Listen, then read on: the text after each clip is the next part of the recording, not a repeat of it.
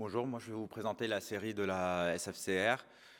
Il s'agit d'une série de rétrospectives et prospectives pour certains centres observationnels. On a inclus les patients entre janvier 2014 et janvier 2018, des patients adultes de plus de 18 ans qui ont été repris au bloc opératoire. Donc on a récupéré les patients avec le codage CCAM AFPA 001 pour la mise en plat de lésions infectieuses péridurales, rachidiennes et ou paravertébrales pour un sepsis par abord direct.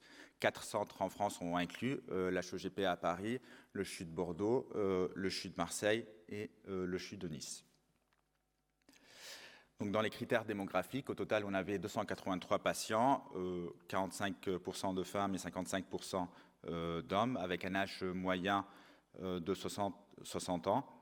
Il faut remarquer que dans la répartition de ces patients, on avait plus de 50% qui présentaient une obésité, et parmi ces 50%, un tiers présentaient une obésité morbide.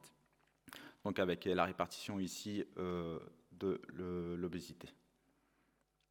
Dans les comorbidités importantes, on a relevé des facteurs de risque en dehors de l'âge des patients. 158 patients, environ la moitié, présentaient au moins un facteur de risque. Et 53 patients avaient au moins 2 facteurs de risque d'infection du site opératoire qu'on retrouvait essentiellement dans la littérature.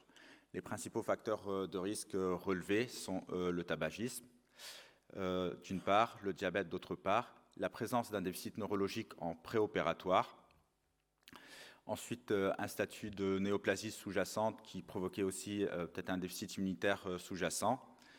On avait aussi les insuffisances des organes principaux, cardiaques, respiratoires et rénales, d'où l'importance d'essayer de prévenir en préopératoire les facteurs de risque chez ces patients. Dans les principales pathologies relevées, en grande partie, c'était des pathologies dégénératives, environ un peu moins de la moitié, avec les déformations. Il y avait aussi des fractures et des tumeurs ou néoplasies sous-jacentes. Il y avait quelques cas d'infection chronique ou de spondylodicite à moins de degrés. Dans la partie du rachis qui était intéressée par la chirurgie, la grande partie c'était essentiellement au niveau lombaire avec 165 interventions. En deuxième partie, c'était des montages plutôt étendus qu'on voit essentiellement dans les déformations. Ensuite, il y avait la localisation au niveau du rachis thoracique, 30 patients, et du rachis cervical, et au niveau de la charnière thoracolombaire. Les abords étaient en grande partie postérieurs, chez 263 patients, et 4 patients avaient un abord postérieur percutané qu'on a dû reprendre pour des infections du site opératoire. Chez 16 patients, il y avait un abord double, postérieur et antérieur. Une médiane de 4 vertèbres ont été prises en charge, opérées, avec des extrêmes entre 3 et 7 vertèbres. Chez 80% de ces patients, il y a eu une instrumentation avec des implants essentiellement postérieurs, vu que la majorité des interventions étaient en postérieur. Dans les complications chirurgicales initiales, elles représentent environ 20% des reprises. Les principales complications, c'était des brèches durales.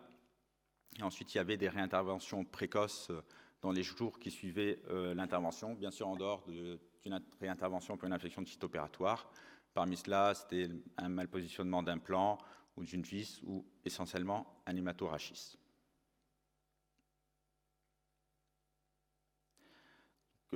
Tout à l'heure, on va présenter les résultats de la série.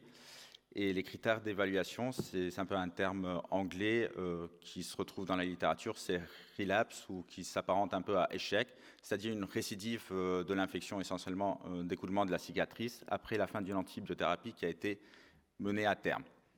Les réinterventions précoces, c'est-à-dire un écoulement sous traitement, sous l'antibiothérapie en cours qui nécessitait un nouveau lavage, n'étaient pas considérées comme un échec thérapeutique.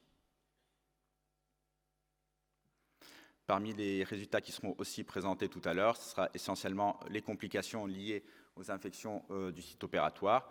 D'une part, les complications mécaniques, c'est-à-dire la pseudarthrodèse, les kyphoses segmentaires ou kyphoses fonctionnelles proximales, et les complications mécaniques liées médicales liées essentiellement au traitement antibiotique, l'insuffisance rénale, la toxidermie, les complications digestives, vomissements, diarrhée, les perturbations du bilan hépatique.